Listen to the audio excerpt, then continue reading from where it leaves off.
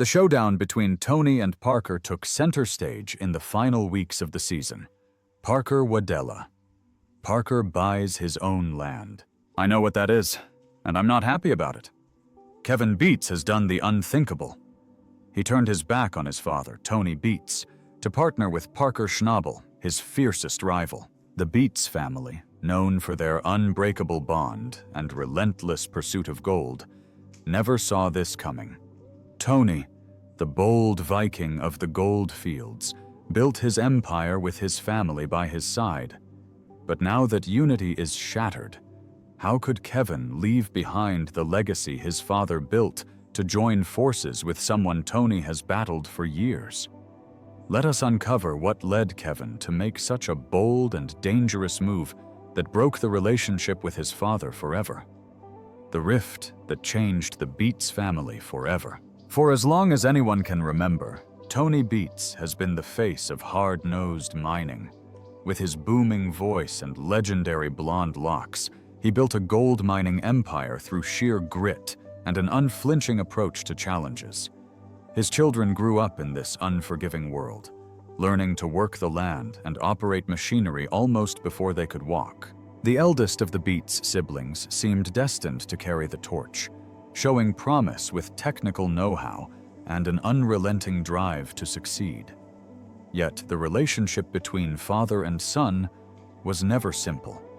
Behind the scenes, their shared passion for mining often turned into heated clashes over how things should be done.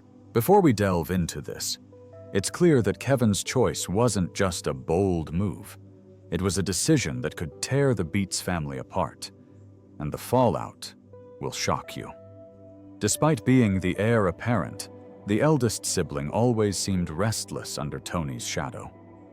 While his father favored old-school methods and muscle over finesse, he had other ideas. Drawn to innovation, he saw opportunities in technology and streamlined processes. These differences might have seemed like minor disagreements to outsiders, but within the Beets family, they were cracks that deepened with every mining season. His desire to carve his own path grew stronger, with every argument over machinery or methods making it clear that his vision for the future didn't align with Tony's. Enter Parker Schnabel, the golden prodigy of the gold mining world. Parker's approach couldn't have been more different from Tony's. Young, ambitious, and tech-savvy, Parker represented a new wave of mining. His crew worked like a well-oiled machine, and his use of data-driven techniques made him a standout in the industry. Parker's rise wasn't without controversy, though. He was often pitted against Tony in the public eye, with their rivalry fueling countless debates about the old guard versus the new. While Tony dismissed Parker as an overconfident upstart, Parker's results spoke for themselves. The breaking point came during one of the Beets family's toughest seasons. Equipment failures, bad weather, and mounting pressure from Tony created a perfect storm of frustration. Feeling cornered, undervalued, and increasingly at odds with the way things were being run, the eldest Beets child began to look elsewhere. Meanwhile, Parker was having a banner year, pulling in record-breaking gold totals and proving his methods worked. Rumors swirled that Parker was looking to expand, and the idea of working with someone who might actually appreciate innovative ideas became too tempting to ignore. When he announced he was leaving the Beets crew to join Parker, the backlash was swift and brutal. To many, this wasn't just a career move, it was a betrayal of the family name. The Beets crew had always been synonymous with loyalty, and the departure felt like a slap in the face to everything they stood for. Tony, predictably, was furious. Publicly, he maintained his trademark gruff demeanor, brushing off questions about the situation. Privately, though, it was clear the move cut deep. For Tony, this wasn't just a professional loss, it was a personal wound. On Parker's end, gaining a member of the Beets crew was a coup.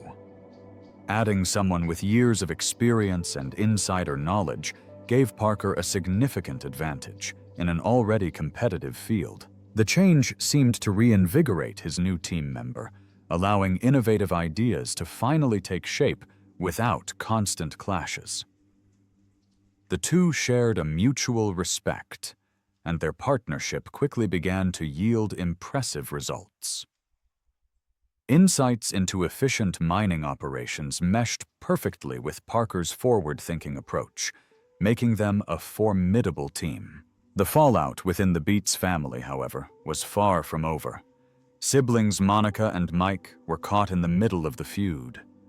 Both had chosen to stay with their father, and the departure left a sour taste.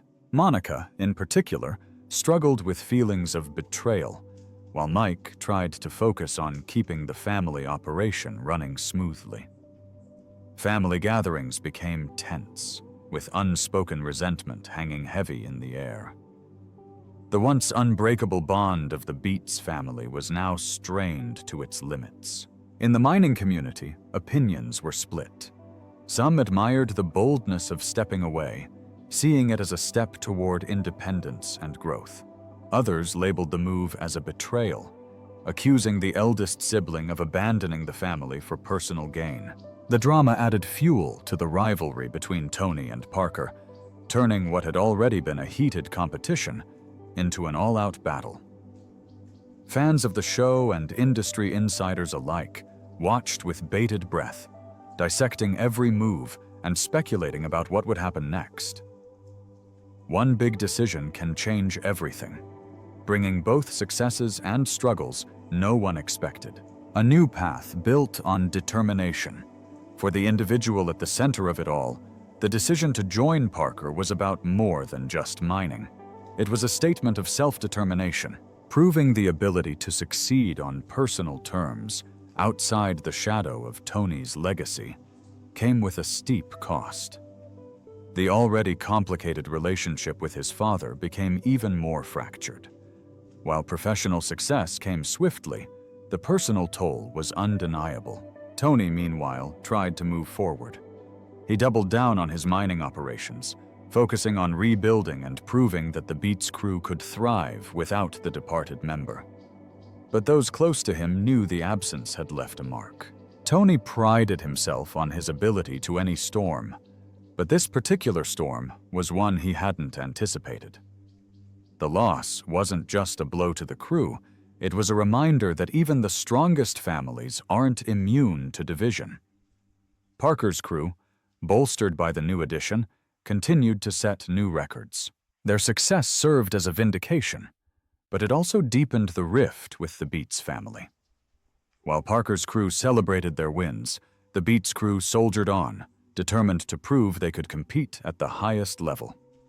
The rivalry between the two crews became even more intense, with every gold total and every setback scrutinized by fans and critics alike. This story is one of ambition, conflict, and the struggle to find one's place in a world dominated by larger-than-life personalities.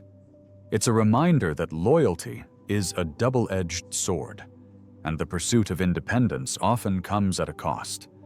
The decision to leave wasn't easy, but it was a necessary step toward defining a new legacy. For Tony, it was a painful lesson in the complexities of family and leadership. And for Parker, it was a strategic masterstroke that solidified his status as one of the industry's most savvy operators. As the dust settles, the future remains uncertain. The new partnership shows no signs of slowing down, but the scars left on the Beets family will take time to heal.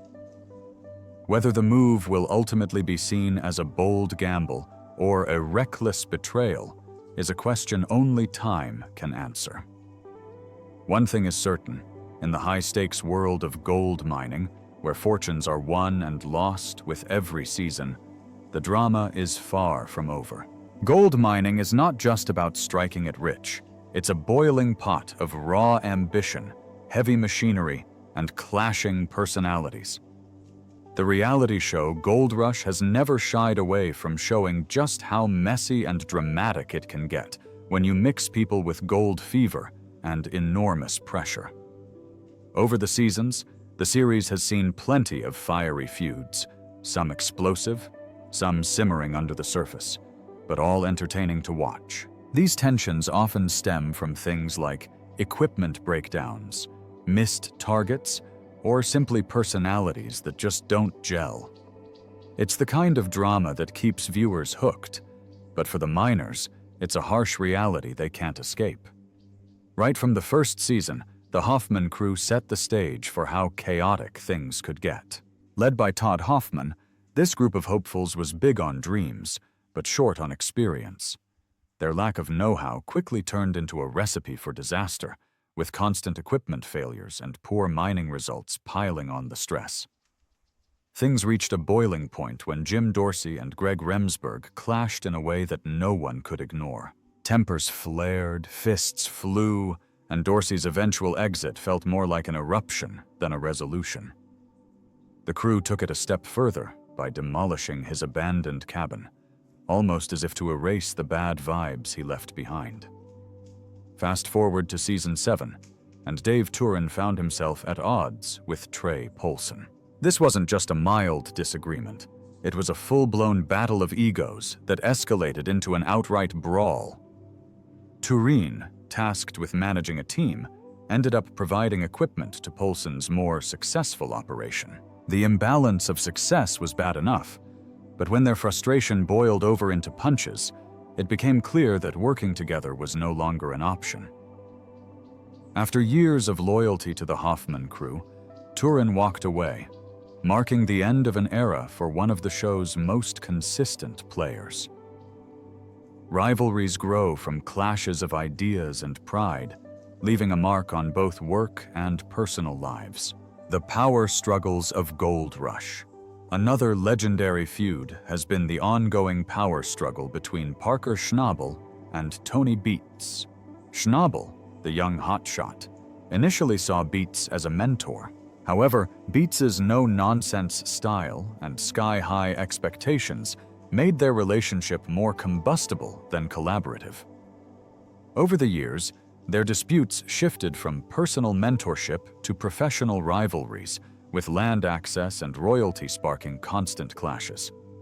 Season 8 saw one of their biggest showdowns, when Beets pulled the plug on Schnabel's wash plant, wielding his authority like a weapon. Schnabel hit back in his own way by dumping excess dirt on Beets's land, proving he wouldn't be pushed around so easily. Their relationship, marked by grudging respect and constant friction, remains one of the show's defining dynamics. Tensions weren't limited to rivalries between crews. Even within the Hoffman camp, conflict seemed inevitable. Back in Season 1, Dakota Fred Hurt joined the crew and instantly rubbed people the wrong way. His sharp tongue and critical attitude didn't sit well, particularly with James Harness, who became a frequent target of Fred's criticisms. The tension between them disrupted the group's fragile unity, creating a powder keg that seemed ready to explode at any moment. Then, in Season 3, Dustin Stanz's arrogant behavior as foreman led to another round of infighting. His attitude pushed the crew's patience to the brink, forcing him to eat humble pie and apologize just to keep the operation running. Season 11 brought a fresh twist with Fred Lewis and his team of military veterans. While their camaraderie was admirable, the stress of mining for gold tested even their strong bonds. One standout moment was when Lewis butted heads with Johnny Stans over crucial decisions, sparking an argument that threatened to derail the entire crew's efforts. Lewis stormed off in frustration, leaving the rest of the team wondering if they could even hold it together. The pressures of gold mining once again proved that no amount of brotherhood could completely shield a group from internal strife. Leadership struggles have also fueled plenty of drama over the years. Parker Schnabel, often the youngest boss on site, faced his share of resistance from older, more seasoned crew members. His aggressive management style and unrelenting drive to meet targets didn't always sit well, leading to notable conflicts like the one with Dean Toshak in Season 9. Toshak's frustration with Schnabel's methods highlighted the challenges of leading a team where experience and youth often clashed head-on. These moments underscored just how tough it is to balance ambition with teamwork in such a high-stakes setting. Financial pressure has been another relentless source of friction. Season 10 saw Rick Ness grappling with mounting debts and a string of equipment failures. The stress of chasing gold with dwindling resources created a tense atmosphere, with disagreements over priorities and strategies bubbling to the surface. Meanwhile, Tony Beets' ambitious expansion plans often led to clashes within his own family. As he pushed for larger dredging operations, the strain trickled down to his crew, including his own children.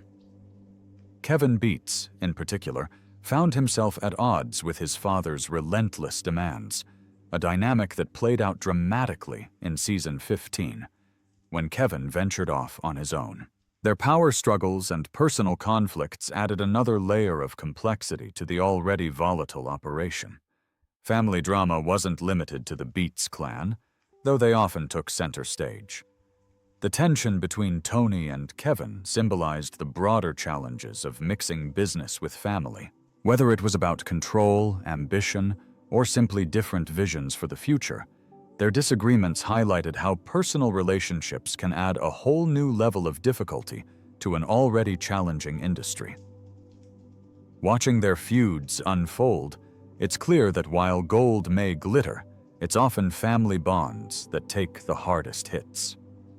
Throughout its many seasons, Gold Rush has shown us that the pursuit of wealth isn't just about dirt, machines, and shiny nuggets. It's about people, their ambitions, flaws, and the sometimes catastrophic collisions of both. Each conflict, whether sparked by egos, finances, or simple misunderstandings, adds another chapter to the show's ongoing drama. For the miners, these fights are real, with stakes that go far beyond what we see on our screens. But for viewers, these feuds are a reminder that the true cost of gold isn't measured in ounces. It's measured in relationships tested and sometimes broken. The explosive moments of Gold Rush serve as a microcosm of the human condition, where hope, greed, and resilience collide in unpredictable ways. It's this raw, unfiltered look at people under pressure that keeps fans coming back season after season. The show's biggest feuds aren't just entertaining. They're a reflection of the lengths people will go to chase their dreams, even if it means burning bridges along the way. And as long as there's gold to be found, you can bet the drama will keep digging deeper. Each new season brings fresh faces, new challenges, and the same old question: how far will they go to strike it rich? From the tough lands of the Klondike to leading his own way, Kevin Beets' story is about making his own mark in gold mining, from the Klondike to the spotlight. Born on June 10, 1988, Kevin Beets entered the world in a family where gold ran deeper than the veins in the Klondike. His parents, Tony and Minnie Beets, were not just any couple. They were legends in the mining world, and he was the first of their 3 children. With a younger brother, Mike, born in 1990, and a sister, Monica, born in 1993, the Beets siblings grew up surrounded by the roar of heavy machinery and the grit of gold dust. For him, gold mining wasn't just a job waiting in the wings. It was a lifestyle inherited before he could even hold a pickaxe. From a young age, his playground wasn't a backyard, but the rugged terrain of the Klondike. By the time he turned 13, he was no stranger to the mines. His father, Tony Beets, made sure he got a first-hand education, not from books, but from hauling rocks, repairing machines, and watching fortunes made and lost in the blink of an eye. Growing up in such an environment, he learned that hard work wasn't optional. It was the rule. It didn't take long for him to develop a tough-as-nails attitude, one that matched his father's renowned no-nonsense persona. When he hit 19, the responsibility piled on. By then, he wasn't just helping out. He was running crews at the Paradise Hill claim. It was a job that came with high stakes. and he proved he could handle it. Years of early exposure to mining operations gave him an edge most others his age could only dream of. Yet he didn't stop there. While he could have rested on his family's reputation, he chose to carve his own path, a decision that would shape his future in unexpected ways. His thirst for knowledge led him away from the mines, at least temporarily. He enrolled at the University of New Brunswick, diving into an unusual mix of interdisciplinary leadership and computer science. Earning his degree in 2012, he emerged with more than just book smarts. His education gave him a new way to approach mining, blending technology and leadership into a formula that would prove invaluable. While others saw gold mining as sheer muscle and grit, he was ready to bring brains into the equation. Armed with his degree, he returned to the family business with fresh ideas and a renewed determination. Between 2011 and 2013, he led the Eureka campsite, a critical mining project that further solidified his role as a leader. His management wasn't just about keeping the operations running, it was about pushing boundaries. He found ways to make the process faster, safer, and more efficient, proving that modern methods could work hand in hand with traditional mining techniques. But his talents didn't stop at leadership. He was a master of machinery, a wizard with a welding torch and a mechanical genius who could make even the most stubborn equipment purr like a kitten. This hands-on expertise became one of his greatest assets. Whether it was fabricating new parts or breathing life into aging machinery, his skills saved the Beets mining operations both time and money. It's no exaggeration to say that his technical know-how became a backbone of the family's success. While his focus was firmly on the business, his work also earned him a spot in the spotlight. The Discovery Channel's Gold Rush brought the Beets family into millions of living rooms, and he became a familiar face for fans of the show. On screen, his expertise and dedication were evident, but so was his drive to modernize mining techniques. He wasn't content to stick with the old ways. He advocated for innovation, whether it was new technology or safer practices, always pushing the boundaries of what the family business could achieve. In his personal life, he found someone who shared his passion for mining and his relentless work ethic. His partner, Faith Ting, became not just a teammate on Gold Rush, but also a pillar of support in his life. Together, they navigated the high-pressure world of mining, proving that shared goals could make a strong foundation for both love and work. Their relationship reflected his commitment not just to his career, but to building something lasting in every aspect of his life. His story is one of grit, determination, and an unyielding desire to improve. From a 13-year-old learning the ropes in the mines to a university graduate revolutionizing the family business, his path has been anything but ordinary. Along the way, he's shown that mining isn't just about digging for gold. It's about constantly evolving and finding new ways to succeed. For him, the future looks as bright as the gold he spent his life chasing, and his contributions to the industry are sure to leave a lasting mark. Is Kevin's decision to partner with Parker a smart move for the future, or is it an unforgivable betrayal of family loyalty? Tell us what you think, and remember to like and subscribe for more.